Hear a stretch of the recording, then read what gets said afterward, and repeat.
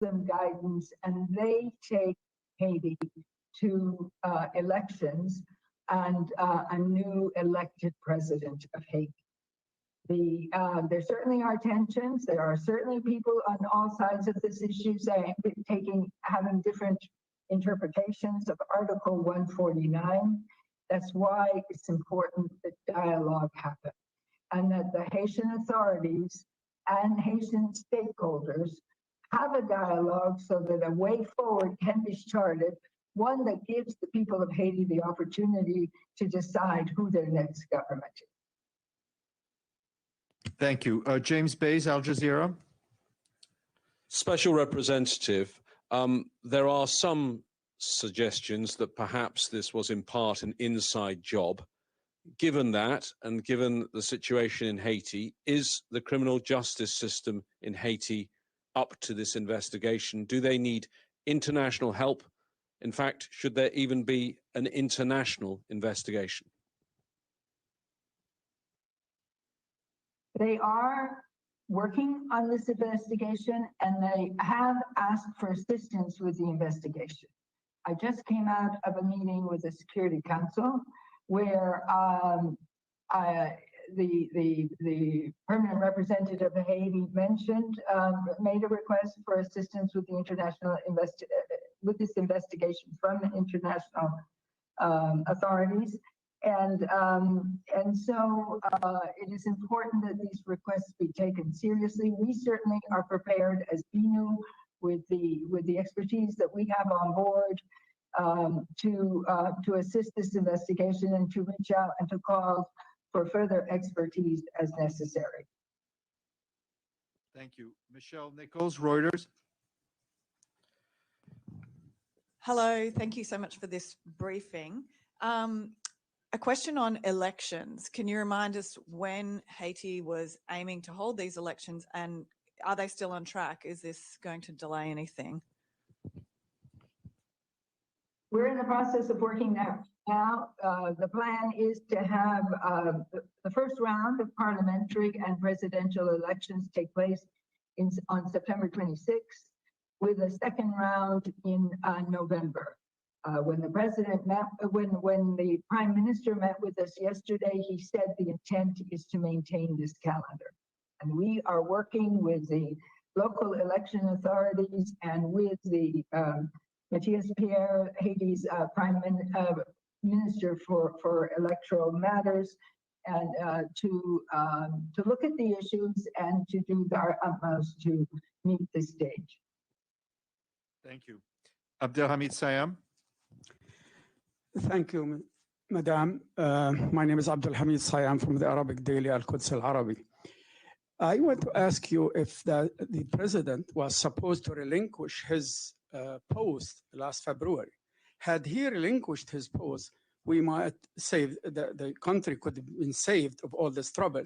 This happened in Cote d'Ivoire, Kenya, Zimbabwe, and Algeria, when the president refuses to submit to the letter of the Constitution and want to extend his term. That is a symptoms for trouble. I'm not condoning what happened, and I condemn his assassination, but isn't that a lesson for all officials to learn from recent history also? Thank you. President Jovenel was elected in 2017 for a 5-year term, which was due to expire in February of 2022. And it was in that context that he was working to organize elections and to organize a referendum. Unfortunately, he was killed. And so it is now up to the government of Haiti and the people of Haiti to work so that elections take place and the people of Haiti are able to choose their leaders.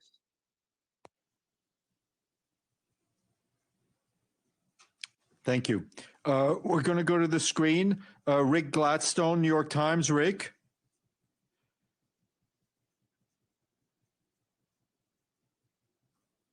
Thank you. Thank you very much for the briefing. What about the prime minister that the assassinated president had chosen to succeed Mr. Joseph? What do you say to him? You seem to be backing Mr. Joseph's claim to legitimacy as the prime minister of Haiti. There seem to be two prime ministers of Haiti.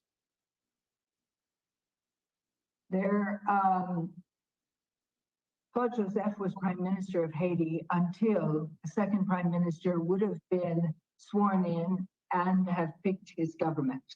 That did not happen. And so, referring to Article 149 of the Constitution of Haiti, Haiti's Prime Minister Joseph has explained that the government that is in place under his leadership continues to govern until such time as there is an election.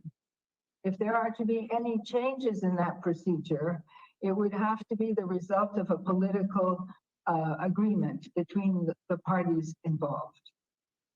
Where the course that lies ahead for Haiti is a sovereign matter and one to be decided by Haitians. Our role as the UN is to follow the matter and to support as appropriate. And what I have heard this prime minister say is that he is open to dialogue and that he is reaching out to parties across all sectors for this dialogue to chart a way forward for Haiti. I would not want to comment any further on this. This is the matter for the Haitians to resolve. Benno, German press agency.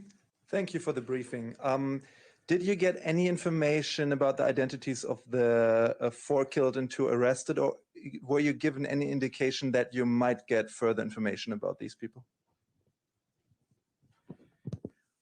I'm sure that we will get further information about these people as the investigation proceeds.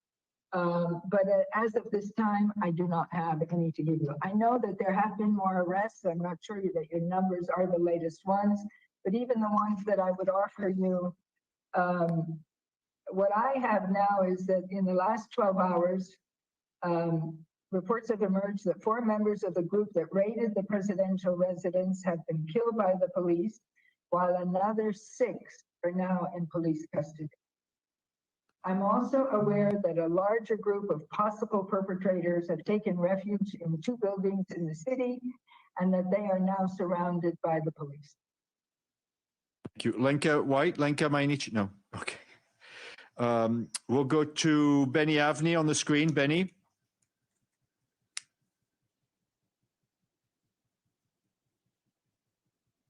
Sorry. So the question is, there are reports that the infiltrators were wearing U.S. uniform. Can you confirm? I can confirm that. I've heard those reports as well, but I cannot confirm. Okay. SR Shilim, want to thank you very much for taking the time. We really appreciate you. Sorry, and just one more comment or question from Edie Letter at the Associated Press. Thank you so much, Ms. Halim. A question that I think all of us would like to know. Do you believe that the United Nations should send back some kind of a security or peacekeeping operation under these circumstances? And was this issue discussed in your consultations with the Security Council? What we talked about in the Security Council was that Haiti is making a request for additional security assistance, that we should be looking at this assistance. Haiti needs to specify exactly what it is that they're after. And in the meantime, we need to continue to use the technical assistance that we have on ground, maybe to render it more dynamic, so that we can call on additional support. But the key is in the next 2 weeks. We've got to really get, we've got to really be working in the most effective way to ensure that this investigation moves forward and that the perpetrators of this horrible crime are brought to justice. And that's exactly what we intend to do. Listening, talking to the Haitians, specifying assistance requests, and responding to them as is possible. Great. Thank you very much. And thank you for taking the time to speak to us. And we hope to see you back virtually or in person. Thank you. Thank you. Thank you very much. All right, we'll go back to the regular programming, unless if you have questions. Yes, Edie and then Benno. My quick question was that Belarus authorities blocked one of the main online media sites today